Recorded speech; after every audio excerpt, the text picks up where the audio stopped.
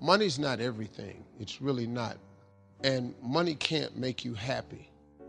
Money don't make you happy. I know a lot of miserable people with money. It's not money that makes you happy. It don't. It don't make you happy, but it'll park you right in front of Happy's house.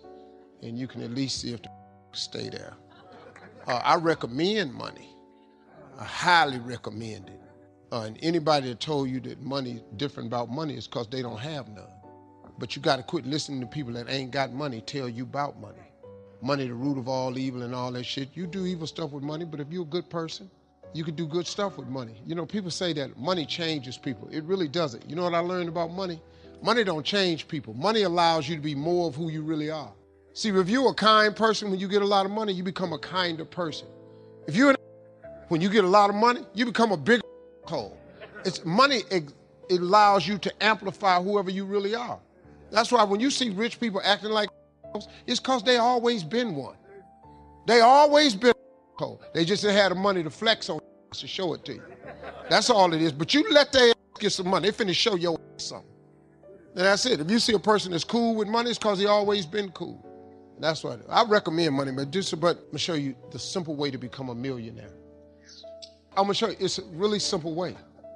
And it's so true, it's very simple. You just have to understand that it's possible for you.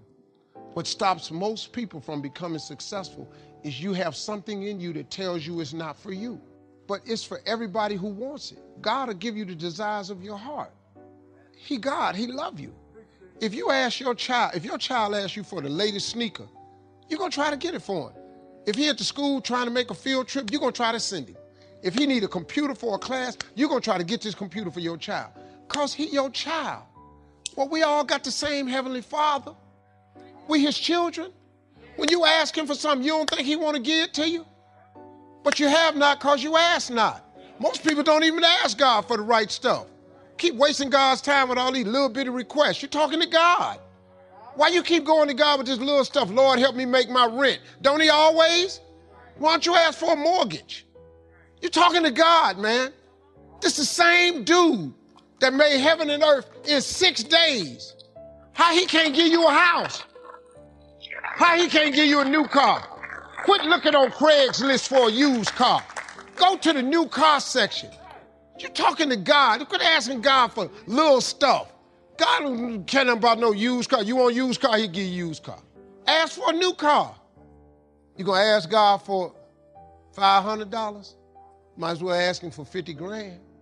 I mean, since you asking, you have not cause you ask not. It's really simple. I'm telling you, man, I figured it out. I ain't smart. I ain't got no education. I ain't got no degree of any kind whatsoever. Graduated with a high school diploma. Graduating class was 695 people. I graduated 690. The more you can cultivate that sense of wealth, that sense of abundance in you, the more you can feel that sense of joy, the more easy it's going to be for you to do financially. Because you're not going to be in this scarce, fearful mode. Now, that's not enough by itself. You can have this great sense of abundance and do the wrong mechanics and be a disaster. True or false? But if they have an area to get you started with, you want to have the emotion and psychological strength, because that's going to carry you through when the mechanics are boring or frustrating, or when things aren't working out. Your emotion, your psychology is what will carry you. It'll get you to keep doing it. Everyone knows, if you've done any studies, Dr. Seligman is very famous for doing studies on optimism. And in those studies, you know what he found out? People that are pessimists are much more realistic. They're much more accurate. If you give them a test and you ask them to look at something and give you a size measurement of it, or to evaluate their own success or failure in a task, and every study Seligman's done, he did it in the University, I think Pennsylvania if I remember correctly originally, what he found was that optimists always see themselves as doing better than they really did. They basically BS themselves. What happens to pessimists, they're 10 times more accurate. But here's what he found out.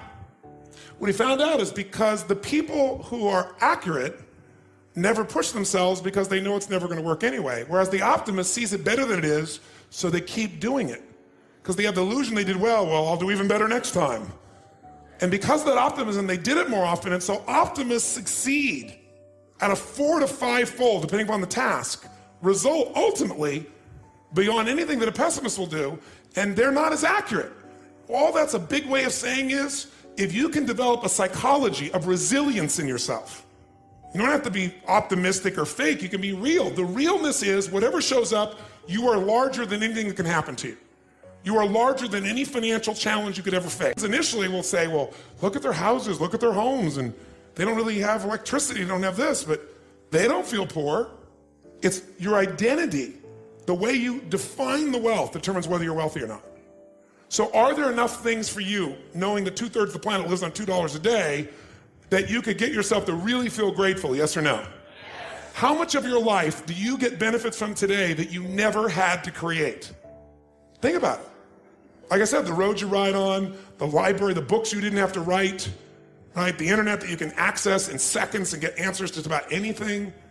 The people in your life that you didn't have to raise, but are there for you. Think about all the different aspects of your life. If you want to be wealthy, all you have to do is associate. So before we do the financial part, because financial independence is different than wealth. Wealth is that state of mind. Financial independence is being in that position where you don't ever have to work again.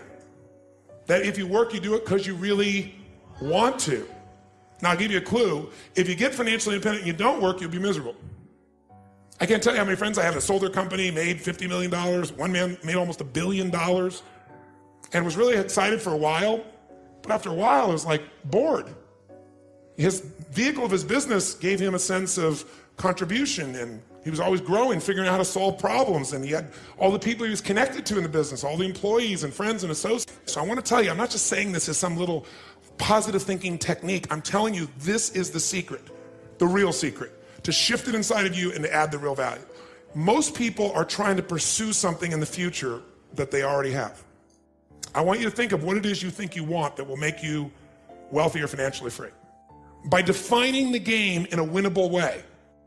A certain amount of money that we meet, and that covers what we're going to call financial security, which might be your housing, your cars, your food, and basic entertainment. How many would feel rich if you didn't have to work, if your investments alone, the income from your investments, the income, covered those 4 items, your housing for the rest of your life, your food, right, your travel, and some entertainment? How many think that would feel pretty good? Say aye. And by the way, that number is way smaller than what most of you think of when you think about being financially independent, which is everything covered without working.